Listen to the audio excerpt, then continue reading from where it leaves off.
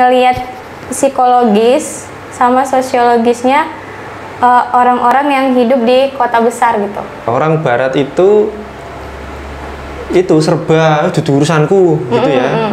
Orang timur itu kok kayaknya mudah dihapusi gitu ya. Mudah diperdaya gitu, mudah percaya gitu loh. Sendiri itu kan bikin bosan.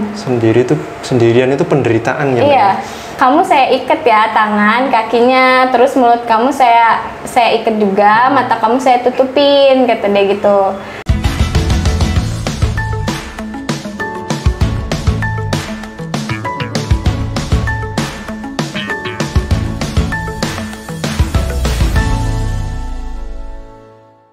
Selamat pagi teman-teman semuanya, selamat datang di Buka Buku. Mari membuka dan terus membaca. Ini adalah sebuah channel tentang buku, sebuah konten tentang cerita-cerita pembaca di luar sana yang setelah membaca buku itu gatel ingin mengungkapkan isi buku, ingin menceritakan apa saja yang didapat, ingin membagikan, karena kalau tidak itu belum keluar itu biasanya menjadi penyakit gitu. Nah, ini kita sedang bersama dengan Mbak siapa namanya, Mbak? Mbak Dia. Mbak Dia siapa? Dia Galuh. Dia Galuh. Kusumarti. Bersama dengan Mbak Dia Galuh. Mbak Dia Galuh ini dari Lampung ya, Mbak? Iya. Aslinya Lampung. Aslinya Sumatera Selatan, kuliahnya di Lampung. Sumatera Selatan itu kabupatennya mana? Kabupatennya Ogan Komering Ulu Timur. Itu yang kota besar terdekat apa? Ya itu, ya Palembang. Oh, Palembang ya. Palembang saya tahu. Mbak Dia dari dekatnya Palembang, kuliahnya di Lampung. Iya. Universitas apa? Lampung. Universitas Lampung. Universitas Negeri Lampung. UNL, manggilnya gitu atau gimana? Unila. Universitas Negeri Lampung. Mengambil jurusan apa, Mbak? Pendidikan Sejarah. Pendidikan Sejarah. Berapa tahun waktu itu? 4 tahun, 4 pas. Oh, berarti terus ke Solo ini dalam rangka lanjut studi S2 ya? Iya. Di UNS. Jurusannya? Pendidikan Sejarah. Sama juga. Itu motivasinya jenengan menggeluti sejarah itu apa itu? Kejeblos. Hah? Kejeblos? Bagaimana ceritanya? Kan panjang. Kalau SMA waktu itu kan sebenarnya nggak mau masuk pendidikan sejarah karena kan basicnya dari IPA, masuknya pengen farmasi gitu, tapi SNMPTN, SBMPTN pilihan pertama kedua nggak keterima. Pertama kedua di Lampung juga? Di UNS juga. Oh, UNS. Ya. Terus pilihan ketiganya baru pendidikan sejarah Unila. Keterima di situ, jadi. Pilihan kedua kenapa nggak yang IPA saja? Kan pilihan pertama sudah IPA, maksudnya farmasi. Ya, pilihan kedua juga IPA, waktu itu pertanian atau apa gitu. Oh, lah kok yang keterima sejarah itu pilihan keberapa? 3. Pilihan ketiga kok nggak yang IPA? Karena emang dari dulu itu sejarah itu tuh kayak guru sejarah SMA tuh bilang, kamu nih sejarah aja gitu. Terus kayaknya peluangnya tuh dari bapak gitu nyaranin peluangnya tuh kayaknya masih jarang gitu kalau di Sumatera sana untuk pendidikan sejarah. Motivasinya tapi ditaruh ke pilihan ketiga ya? Iya. Setelah 4 tahun di sejarah itu bagaimana, Mbak? Maksudnya kan IPA ya? Terus ya, dengan mata kuliah ternyata bisa menyesuaikan sih, cuma ngerasa kurang gitu, jadinya makanya lanjut S2. Masih ngerasa kurang? Ya karena ilmunya itu tuh kayak belum ada apa-apanya gitu dibandingkan untuk di ngajar gitu, belum bisa gitu. Terus di Solo berarti sudah berapa lama ini? Baru dari Februari, Maret, April, Mei, Juni, Juli, sudah sekitar 5-6 bulanan ya. Bagaimana adaptasinya, Mbak?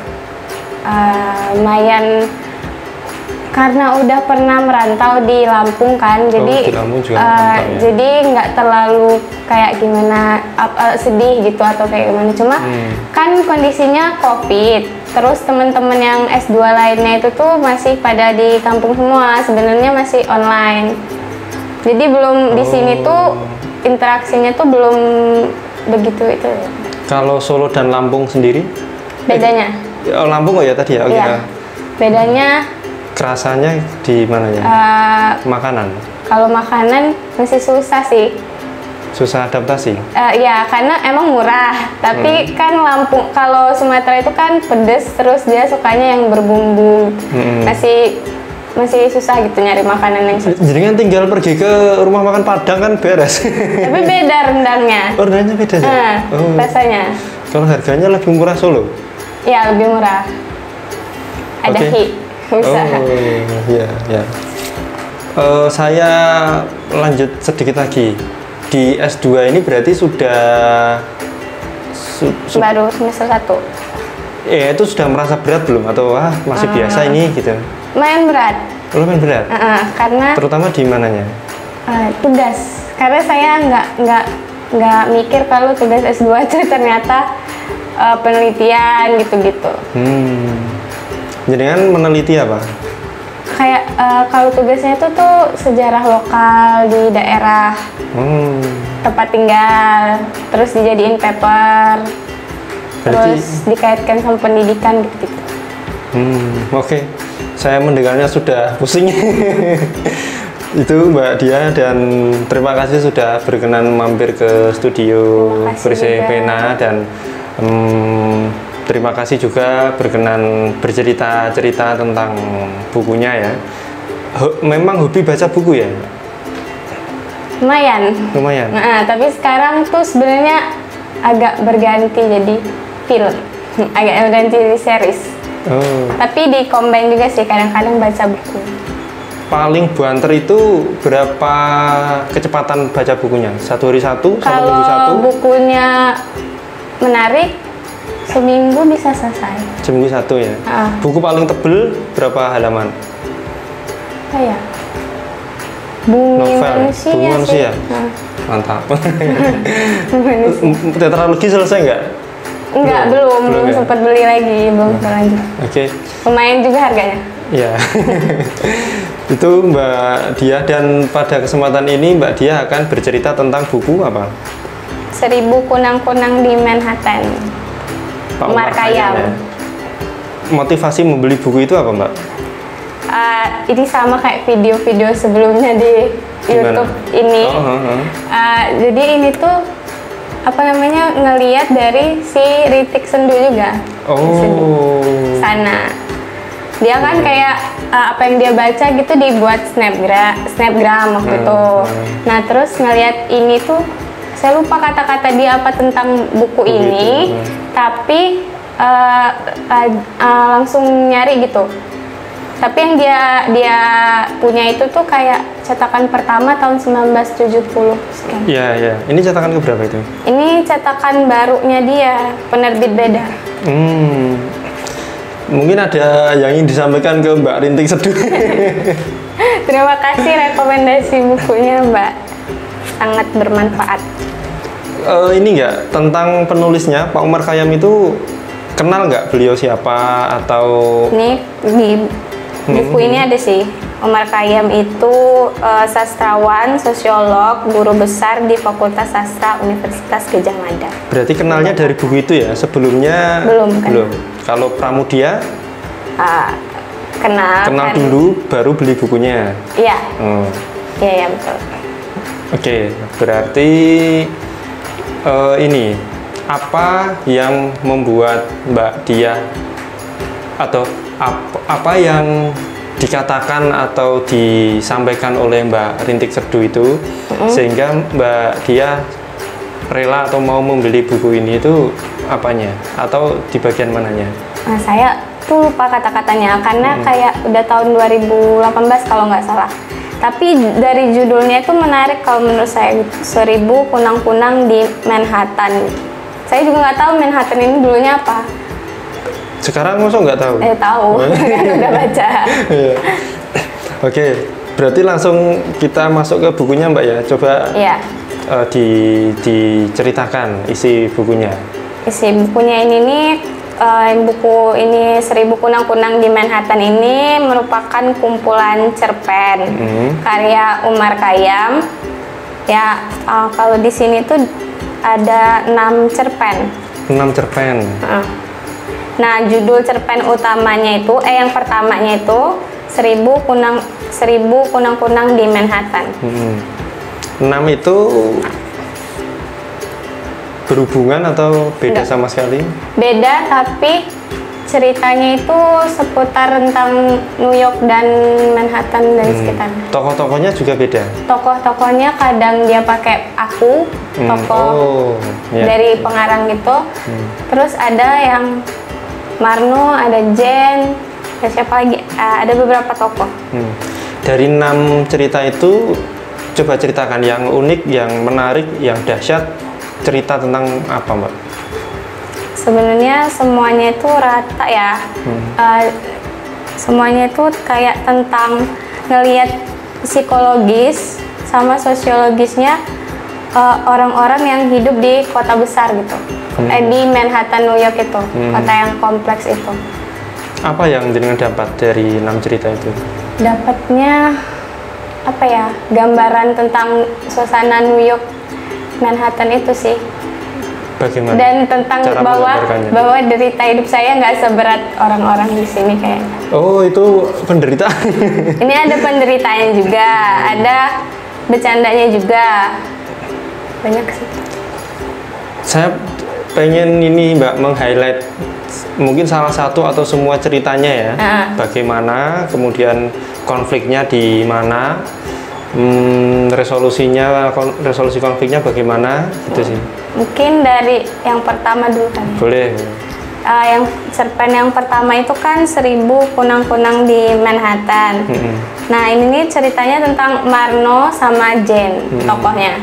Nah, dia uniknya Umar Khayyam itu, dia tuh kalau di yang 1000 kunang-kunang di Manhattan ini dia kayak mengantarkan aja gitu. Nggak mengenalkan tokohnya secara langsung, tapi melalui percakapan antar dua tokoh itu. Jadi ketika kita baca, kita baru tahu latar belakangnya tokoh itu. Dimulai dari tentang Marno dan Jen duduk berdua di sebuah apartemennya Jen, terus minum martini dan Scott. Terus abis itu cerita tentang obrolan mereka. Jadi si Jen ini kayak ngajak ngobrol Marno terus. Itu siapa sih Jen sama Marno itu? Maksudnya berkawan atau Dia nih hubungan sepasang kekasih? Tapi sebenarnya latar belakang mereka ini sendiri tuh, jadi hubungannya tuh hubungan gelap kayak gitu. Iya, kelihatan dari namanya sih. Iya. Nah, Marno ini nih tokoh orang Indonesia. Jadi dia orang Indonesia yang ada yang lagi merantau ke Manhattan, New York. Nah, Jen ini kalau ditangkap dari sini ya sepertinya orang asli kota besar itu. Di sini nih ngeliatin kalau si Marno ini memiliki kerinduan akan suasana daerahnya dulu, kampung halamannya dulu. Jadi dia tuh kayak seakan nggak berada di dalam obrolannya dengan Jen itu. Si Jennya ini kayak udah mancing-mancing cerita tentang mantan suaminya, tentang mantan suaminya, tentang boneka kesukaan dia, tentang dia pernah diajak suaminya ke park gitu. Tapi si Marno ini menanggapinya ya dengan nggak tertarik gitu, mengesankan dia nggak tertarik di situ. Dia tuh mengobrol sambil melihat gedung-gedung di jendela apartemen itu. Nah, dia terbayang akan ratusan kunang-kunang yang dulu dia temui di sawah mbahnya dulu kalau malam hari. Boyolali ya, rumahnya Marno ya? Nggak tahu, diceritain Boyolali apa gimana. Terus? Habis itu terus diceritain juga kalau si Marno ini membayangkan bisa di saat itu tuh bisa membayangkan sosok istrinya, padahal istrinya itu tuh berada jauh dari dia. Istrinya Marno? Ya. Marno udah punya istri? Udah punya istri. Nah, di obrolan ini juga jadi diarahkan, jadi kita tahu kalau si Marno juga udah punya anak. Jen awalnya belum tahu? Jen sudah tahu. Kalau Jen sudah resmi bercerai ya? Jen ya sudah resmi bercerai. Oke. Nah, melihat kan seperti itu kan kondisi hubungan mereka, terus diakhiri dengan Jen itu ngasih Marno kado berupa piyama. Nah, terus Marno itu bilang kalau wah piyamanya itu bagus sekali Jen gitu, tapi ya sudah Marno pakai saja untuk malam ini kata dia gitu. Tapi si Marno bilang maaf saya nggak bisa menerimanya, memakainya, bahkan menerimanya aja nggak bisa. Terus dia bilang saya nggak akan datang lagi ke sini gitu. Saya mau pergi malam ini, itu dia bilang. Karena ingat istrinya. Ya saya rasa kayak gitu. Mungkin dia ada kesadaran. Padahal sebelumnya ini ya menjalin hubungan. Iya sebelum jadi Jen itu menceritakan cerita yang udah pernah Marno denger juga. Jadi kelihatan kalau mereka tuh udah lama gitu loh berhubungan. Nah setelah itu tadi kan Marno bilang bahwa dia nggak akan lagi datang ke situ, dia mau pergi malam itu, dia nggak akan datang ke situ lagi. Terus Jen bilang tapi kamu masih akan menghubungiku kan, kamu punya nomor teleponku kan, ya kita lihat saja nanti gitu. Terus diakhiri dengan Jen itu Marno pergi dan Jen itu tidur bantalnya basah. Air mata ya? Iya, bisa disimpulin dari air mata. Cerita itu ya itu kan cerita yang mungkin biasa ya. Bukan biasa, artinya pertanyaannya apa yang membuat cerita itu menarik? Obrolan tokohnya itu tuh random. Ya, dimulai dengan kan Jen itu ngomong Marno bulan itu ungu kata dia. Terus si Marno bilang dari mana ungunya gitu. Kalau bulan itu ungu, lantas langit dan awannya itu warnanya apa gitu. Ya pokoknya ungu kata Jen gitu. Terus Marnonya bilang kuning keemasan kata dia gitu. Yang dimaksud kuning bulannya atau? Iya bulannya kuning keemasan. Terus lanjut lagi Jen buka obrolan lagi. Kalau bagaimanakah cuaca di Alaska hari ini gitu. Padahal mereka lagi nggak ada di Alaska dan nggak ada hubungannya dengan Alaska juga. Terus tiba-tiba nanya seperti kayak gitu. Mereka berdua sehat kan? Iya sehat. Tapi obrolan itu random gitu. Nggak kayaknya mungkin Umar Khayyam ingin menyampaikan sesuatu dari Alaska dan bulan itu ungu dan bulan itu mungkin ada filosofinya kali, tapi saya juga kalau saya ngomongnya itu random banget. Oke. Tapi sisi kasus sastraannya gimana? Bagus banget sih kalau menurut saya, kata-katanya itu puitis gitu. Iya. Terus ya bukan kayak obrolan biasa gitu. Ada maknanya gitu, ada filosofinya kalau saya. Gitu ya.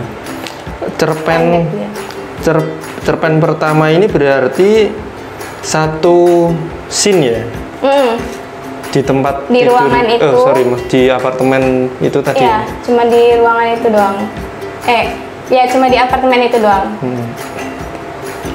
Akhirnya apa yang bisa jenengan tangkap atau insight apa yang jenengan dapatkan ketika membaca cerpen bagian satu ini, adegan Jen dan Marno ngobrol random, terus apa yang jenengan tangkap dari kejadian ini? Kalau kehidupan itu ya kayak gitu. kehidupan kayak gitu. Gimana? Boleh Kayak diperpanjang apa lagi? namanya? Kadang kan kita tuh ngerasa rindu, terus ngerasa ini, terus jadi cari pelampiasan. Terus rasa bosan, terus jadi nyari pelampiasan, tapi akhirnya sadar gitu. Oh, hidup gitu ya? Kalau saya segitu. Dan jangan kalau bosan pelampiasannya apa? Jalan-jalan. Jalan-jalan? Oh, waktu di Lampung dulu juga jalan-jalan? Iya, jalan-jalan. Waktu di Solo ini sudah pernah bosan? Sudah. Ya makanya jalan-jalan. Jalan-jalan juga? Naik BST, keliling kota. Oke. Baik. Nah, coba lanjut ke cerpen kedua, Mbak. Ini bagaimana? Cerpen kedua itu istriku, Madam Slit dan Sang Raksasa. Itu tuh ceritanya tentang perspektif aku. Jadi dia kayak aku tuh Umar Khayyam gitu. Oke. Nah, dia tuh nyeritain tentang istri dia yang tuh nggak nyaman hidup di New York.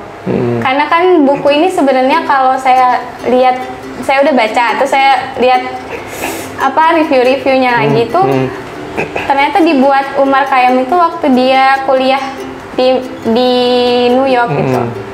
Nah, dia cerita kalau istri dia tuh nggak nyaman dengan New York karena istrinya itu nganggap New York itu raksasa yang memakan segala hal, yang warna kuning, yang warna coklat, yang warna hitam, manusia yang hidup di dalamnya. Kota itu memakan manusia. Iya, sehingga terus mereka manusia tapi kayak seperti nggak ada jiwanya gitu maksudnya ya? Iya, mungkin gitu yang mau digambarin itu. Terus dia bilang, ya dia paham juga karena istrinya kan kerjanya di rumah aja, di apartemen aja. Sedangkan dia kan kuliah, istrinya ngurus anak aja sama di apartemen aja, jadi pasti ngerasa bosan dan kesepian. Mana lagi lingkungannya itu beda dengan lingkungan dia dulu di Kemayoran. Kalau katanya dia dulu tinggal di Kemayoran itu tetangga-tetangganya itu bisa diajak obrol gitu, bisa minta gula, bisa minta minyak. Bersosial gitu. lah ya. Ya. Tapi kalau di sini pagi ada terdengar suara hentakan kaki, turun lift hilang. Terus sore ada hentakan kaki, suara buka pintu, tutup pintu hilang. Kayaknya di apartemennya nggak dipasangi wifi gitu ya, nggak bisa lihat YouTube. Mungkin zaman itu belum ada wifi kan, 19 sekian. Oh iya betul, iya settingnya. Iya. Lagi-lagi Mbak, apa yang jenengan? Nah, di cerpen ini tuh, jadi si istrinya tuh minta Umar Khayyam buat mencatat nama-nama tetangga-tetangganya. Sebentar, tugasnya itu ya, dikasih tugas itu ya? Tolong dong catetin, karena itu metode supaya istrinya nggak bosan mungkin. Iya, Umar Khayyam nurutin karena ya istri saya nih udah nggak ada hiburan, saya juga nggak ngebantu, kayak mana gitu. Tapi itu menarik loh, misalnya saya pernah punya teman, anak ya dia pinter sih, dia punya anak yang anaknya itu malas ke sekolah suatu hari gitu. Terus caranya ayahnya itu, teman saya itu, besok ke sekolah coba hitung siapa teman-temanmu yang ngupil gitu. Nah itu kan salah satu trigger supaya anaknya punya semangat untuk ke sekolah, karena ditugasi ayahnya waktu pulang berapa? Oh 5. Oh ya besok cari temanmu yang apalagi gitu. Kan nah mungkin Pak Umar Khayyam juga di tokoh aku di sini juga itu ya, cara untuk supaya istrinya nggak bosan. Iya, karena kan ngilangin bosan itu sebenarnya dengan ngobrol itu kan bisa nyalurin bosan. Sendiri itu kan bikin bosan. Sendirian itu penderitaan ya. Iya. Kesepian, kesunyian itu dengan aktivitas yang gitu-gitu aja kan bosan. Butuh ngobrol. Akhirnya gimana istrinya? Nah, akhirnya dapatlah sekian nama, terus di lantai apartemen itu terus dapat nama terakhir yang mereka highlight itu Madam Slits itu tadi, karena kok lucu namanya, pakai Madam terus Slits gitu, kayak jarang gitu namanya di New York itu Slits. Oh iya katanya gitu. Betul. Nah, terus jadi mereka tuh berteori lah gitu, obrolan suami istri itu sambil berteori, menurut kamu siapa sih Madam Slits ini? Terus istrinya tuh bilang kalau Madam Slits ini nih kayaknya keturunan bangsawan, karena dia kan pakai slits itu tuh kayak aristokrat banget gitu namanya, kata dia. Terus yang apa namanya, kalau Umar Khayyam, kalau menurut kamu gimana gitu, kata istrinya. Kalau saya mungkin Slits itu merek bir, soalnya saya lihat di supermarket gitu lagi diskon. Oke, waduh, yang masuk ke kepala istrinya itu ya. Ya, jadi mereka tuh kayak lalu ya ini lebih obrolannya tuh lebih nyambung ke sehari-hari sih, karena kan sering dibanyolin, dibecandain gitu kan kalau ngobrol. Nah, abis itu udah selesai, singkat cerita, besoknya itu si istrinya tuh berseri-seri wajahnya, nggak kayak biasanya, nggak ngeluh bosen atau kayak mana. Terus ditanyain Umar Khayyam, kenapa, ada apa gitu. Terus istrinya bilang kalau Madam Slits itu berkunjung ke apartemen mereka. Sebentar, istrinya mencatat nama itu Biar kenal aja. mendatangi gitu, bertanya atau tanya ke resepsionis? Enggak juga. Kalau di pintu kamarnya itu ada. Di pintu kamarnya itu ada namanya. Nah, si Madam Slits ini juga tertarik datang ke apartemen si Umar Khayyam dan istrinya itu gara-gara di depannya itu namanya Umar Khayyam gitu. Kayaknya nggak Amerika nih. Iya, gitu. kayaknya ini timur banget gitu, kata dia. Terus dia ketok lah, karena dia itu emang sebenarnya anggapan dia tentang orang timur itu kan orang yang pintar yoga, kata dia gitu. Saat itu dia tuh lagi perlu instruktur yoga. Ini loncat-loncat tuh sebenarnya. Nah, terus apa namanya, dipersilakan lah masuk kan gitu sama istrinya itu. Terus ngobrol-ngobrol, kata dia rumah kamu tuh terasa banget ketimurannya gitu. Oh, dari ornamen-ornamen apartemennya itu ya? Dia tuh sepertinya gitu sih, tapi dia tuh menggambarkan timur itu dengan dupa gitu. Terus apa ya, pintu rumah yang besar, terus ada gerbang yang besar gitu. Oh, oke. Gitu, pokoknya kayak gitu dia gambarin. Nah, terus sehabis itu tuh emang ditanya kan, emang pernah ke Indonesia gitu? Enggak, emang pernah ke timur, kata dia, ke daerah timur. Enggak, tapi benar kan gambaran timur itu kayak gitu. Diiyain aja sama istrinya, karena istrinya inget di Jogja ada rumah kayak gitu. Jadi diiyain aja. Nah, terus abis itu si apa namanya, Madam Slits ini cerita juga, ditanyain juga lah kan, apa sih kok namanya tuh Slits gitu. Emang siapa suaminya gitu. Suami saya tuh suami kamu tuh bangsawan gitu. Terus bukan, kata Madam Slits itu suami saya itu tuh chef, kata dia. Oh, chef. Ya, namanya kalau nggak salah Erich ya. Erich Slits gitu. Nah, tapi udah meninggal 5 tahun yang lalu. Nah, ngobrol-ngobrol mereka. Nah, apa namanya, si Madam Slits ini minta suaminya si Umar Khayyam ini buat jadi instruktur yoga dia. Karena tadi kan dia butuh instruktur yoga. Dia tuh suka yoga untuk ngilangin penyakit lambungnya gitu. Yoga bisa ngilangin penyakit? Mungkin lebih menenangkan kali. Lambung, mah kali dia. Bukan, ada namanya istilahnya apa ya di situ, saya lupa. Oke. Terus saya searching tuh itu penyakit kayak lambung gitu. Oh, jadi searching juga? Ya, karena saya nggak tahu istilahnya, nanti saya ngomong salah gitu kan. Terus abis itu ini apa, si istrinya membayangkan Umar Khayyam dengan pakaian olahraga. Terus apa namanya, terus nggak pakai baju gitu kan, kalau olahraga yoga kan kayak gitu. Nggak mungkin banget, kata istrinya. Terus istrinya jelasin lah kalau suaminya tuh sama sekali nggak bisa yoga gitu. Terus udah obrolannya sampai situ. Terus besokannya lagi si istrinya giliran mengunjungi Madam Slits. Anaknya di bawah? Enggak, anaknya kayaknya lagi tidur kayaknya. Tidur. Nah, setelah itu pas sampai depan kamar Madam Slits itu, dianya ini apa namanya, ngedengar Madam Slits itu ngomong kayak latihan vokal. Ayo sekali lagi gitu. Terus habis itu apa namanya, latihan vokal. Terus jadi si neneknya tuh manggil Eritz, Uritz, siapa namanya si itunya Eritz ya.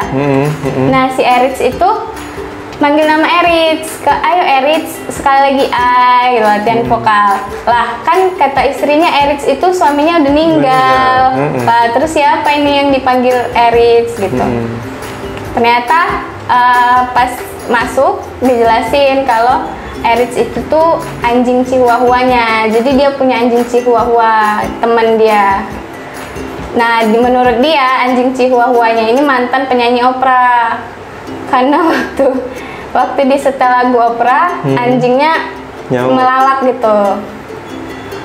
Nah, terus kenapa dipanggil Eritz? Karena semua hal yang dia sayang itu dia panggil Eritz. Nah yang menarik itu di akhir cerita si istrinya tuh sedih kan, karena ditanyain Omar Khayyam kenapa sedih.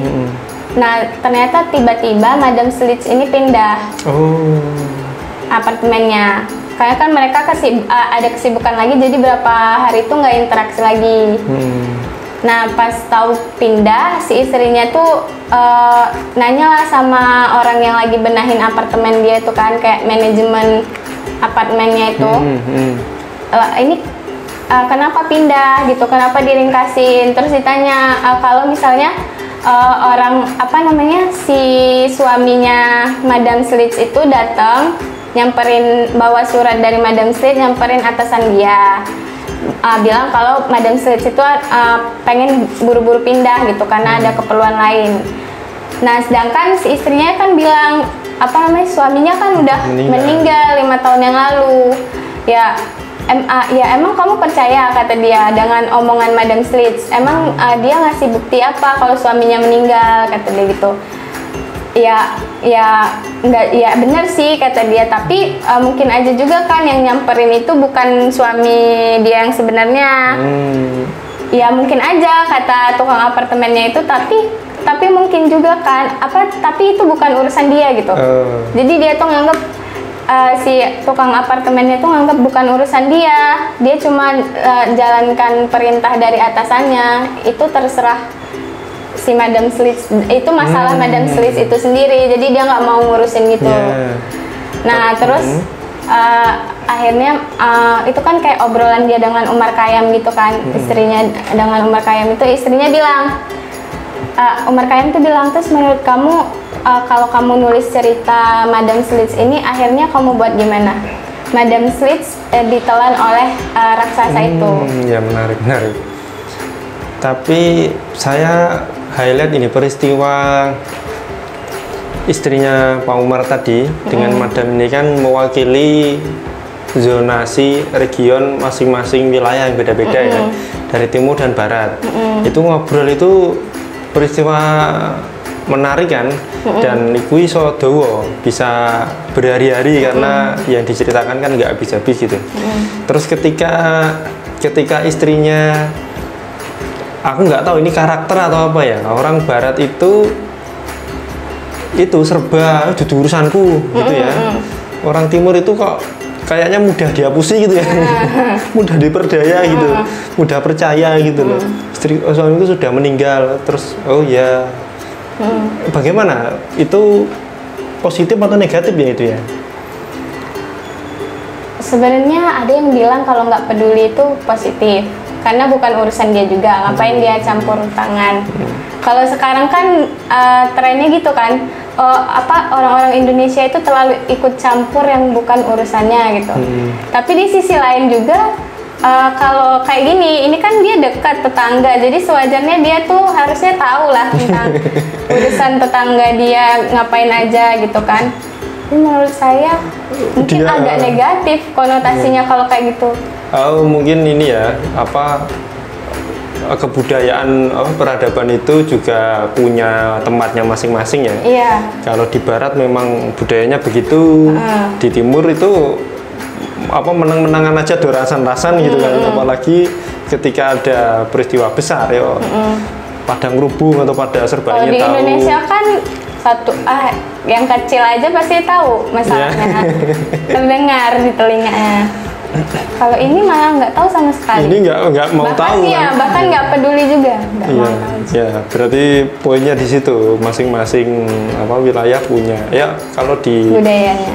ada peribahasa itu desa mawa cara negara mawa tata. Pernah Apa dengar? itu?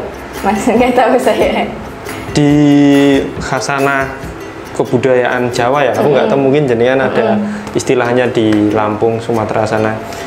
Desa mawa cara negara mawa tata. Ya desa punya caranya sendiri-sendiri. Berbeda dengan lingkup yang lebih besar, kota atau bahkan negara. Bahkan apa timur dan barat gitu Iya, sih. betul. Jadi peristiwa-peristiwa itu disingkat, dirangkum, dikemas dalam sebuah quote itu. Desa mau nanti dicatat ya Mbak sejarah itu. Iya, iya betul. Oke, terus yang menarik lagi di cerita bagian mana lagi Mbak? Yang Sibil itu menarik juga sih. Bagaimana Sibil? Sibil ini lebih ke seorang anak yang dia tuh dibesarkan single parent. Bisa ayah atau ibu? Ibu. Ibu. Ibunya ini nih sebenarnya sayang sama dia, tapi di satu sisi lain mungkin ada kekecewaan karena dia ini nggak diurus bapaknya gitu. Mungkin di masa lalunya punya hal yang menyedihkan gitu dengan bapaknya itu. Jadi dia ini disuruh ibunya ini kan pelayan restoran di New York. Di obrolan ini nih agak susah nyeritainnya karena dia obrolan gitu. Oke. Jadi dia tuh disuruh buat kopi. Ibunya bangun telat, dia disuruh buat kopi, kopinya habis, terus ibunya marah-marah, kok kamu buat kopi aja nggak becus, stok kopi habis nggak bilang, kata dia kayak gitu. Dasar kamu anak pembawa sial gitulah dia bilang. Terus abis itu ibunya ini ternyata habis minum-minum. Nah, pagi itu dia baru ingat kalau malam itu anaknya itu mencicipi lah minuman dia tuh, wine dia itu. Nah, terus dia bilang, ngapa kamu minum minuman saya gitu kan? Terus anaknya tuh bilang kalau dia tuh dibilangin orang kalau dia tuh nggak berani. Jadi dia ngelakuin itu alasan dia. Ya namanya anak kecil ya. Terus bilangnya dia tuh cuma mencicipi aja, tapi menurut ibunya dia tuh minum setengah loki. Itu tuh wine yang keras gitu. Saya salut sih sama kamu, kata dia. Kamu kok nggak pusing? Padahal itu wine keras, kata dia. Malah terus salut juga ya. Terus kenapa kamu ngisep cerutu, kata dia. Cerutunya juga. Ibunya juga karena dia ngelihat cowok yang bersama ibunya di dalam kamar itu menghisap cerutu. Menurut jadi dia kekasih keren. Ibunya gitu. Mungkin dia frustasi atau gimana gitu, jadi dia meniru itu. Anak kecil itu? Iya. Jadi alasan dia melakukan itu tuh katanya kayak gitu. Menariknya di mana terus? Terus ceritanya ibunya pergi ninggalin dia, terus ngasih duit $1 buat lunch. Nah pas dia bosan kan karena dia nih nggak ikut liburan camp musim panas karena dia tuh nggak punya uang ibunya. Jadi dia keluar dari apartemen ini, dia ketemu ibu-ibu tuh kayak dia udah kenal gitu. Apa ya namanya lupa.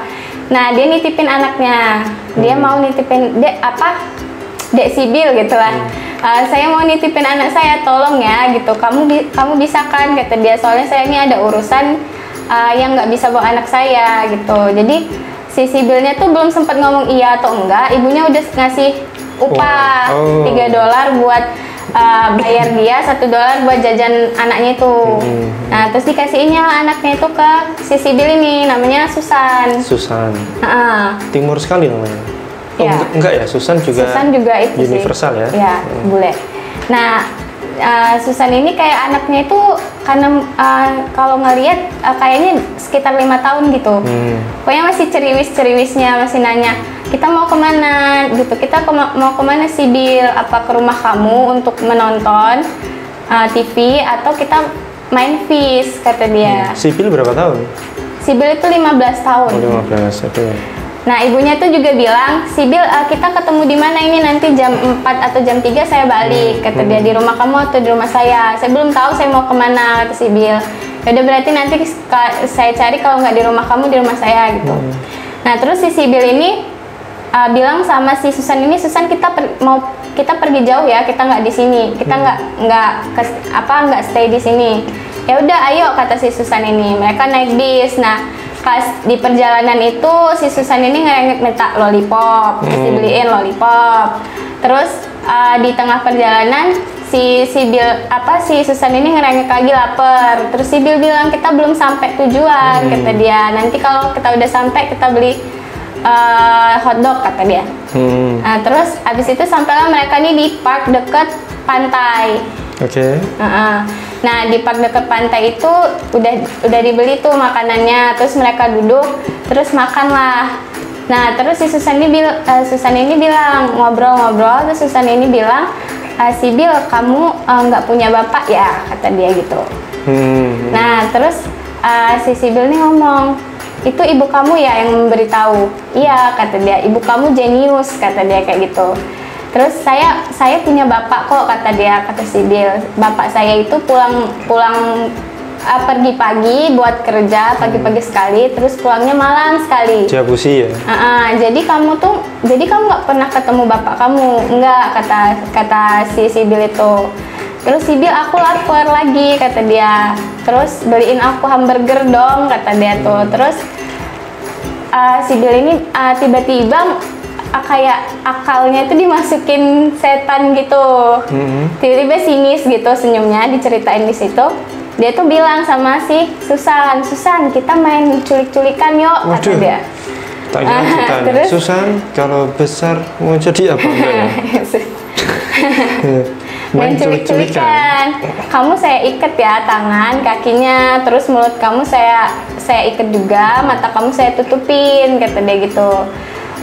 Oh, kenapa harus gitu, kata dia. Ya namanya main culik-culikan, kata dia gitu. Kamu jadi korbannya gitu. Terus nanti gimana, kata Susan. Ya terus nanti kamu bilang help gitu, minta tolong. Terus nanti saya datang bawain kamu hamburger, kata dia.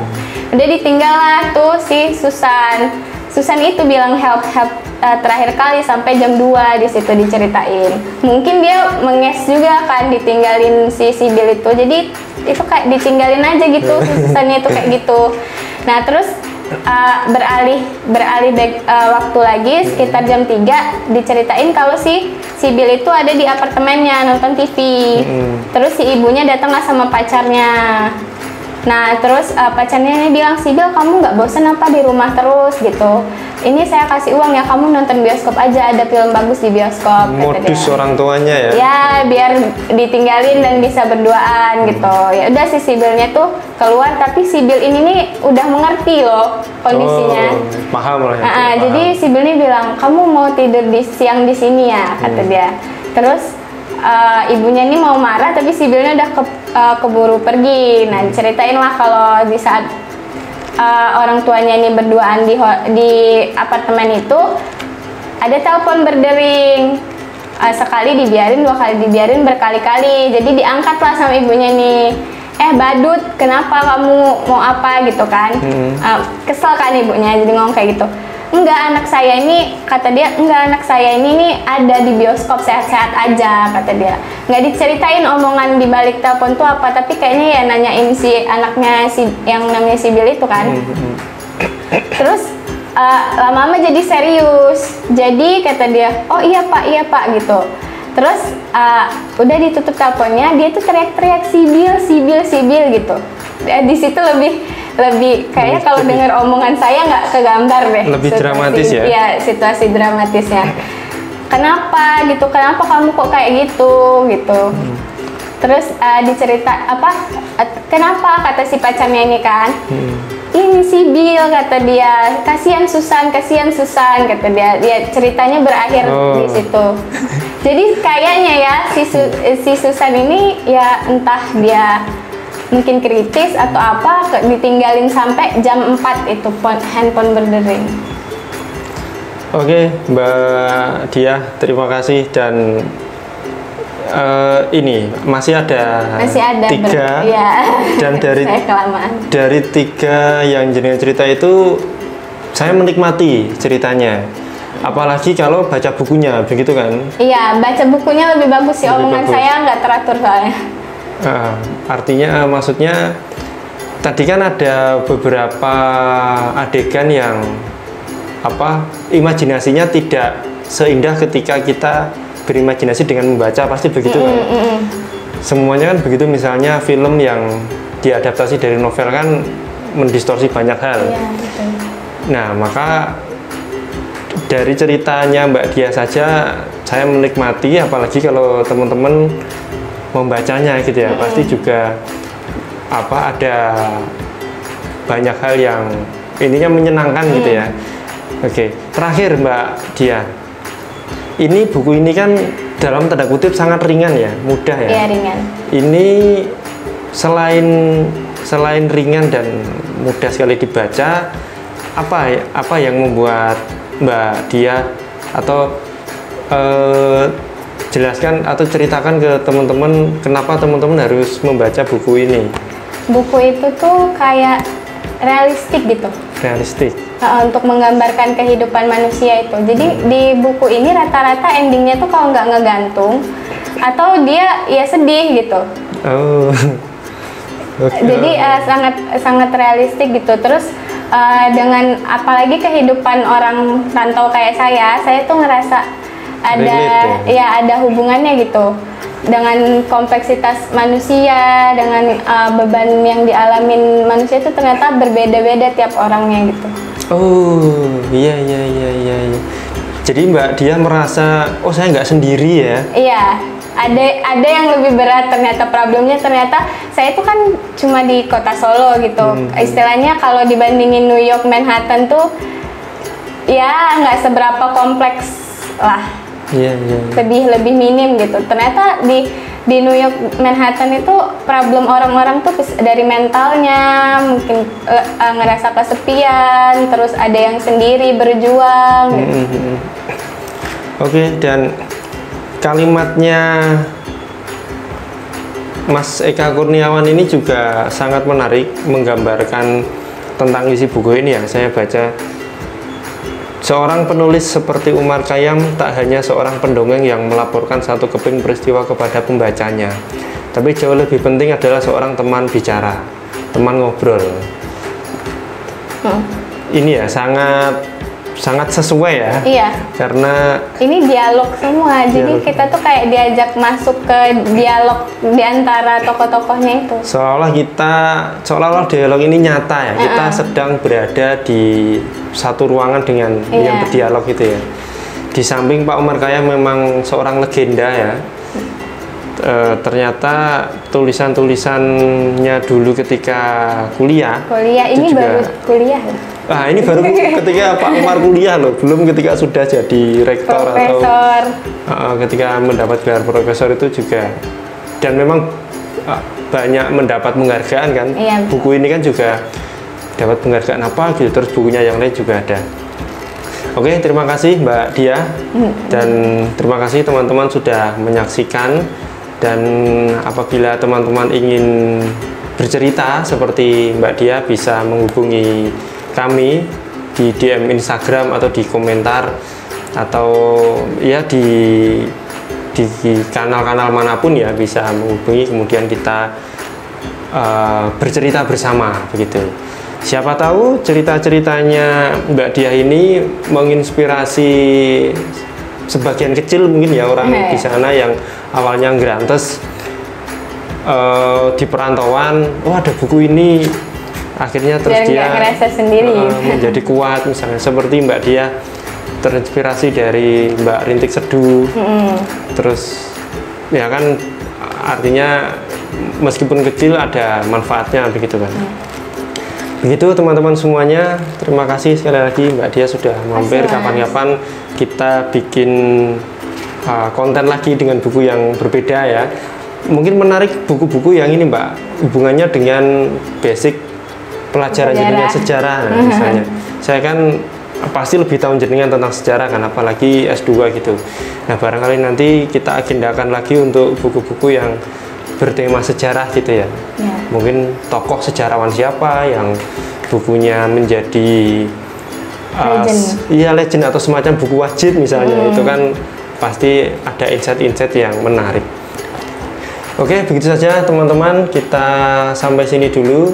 Sampai ketemu lagi di buka buku selanjutnya.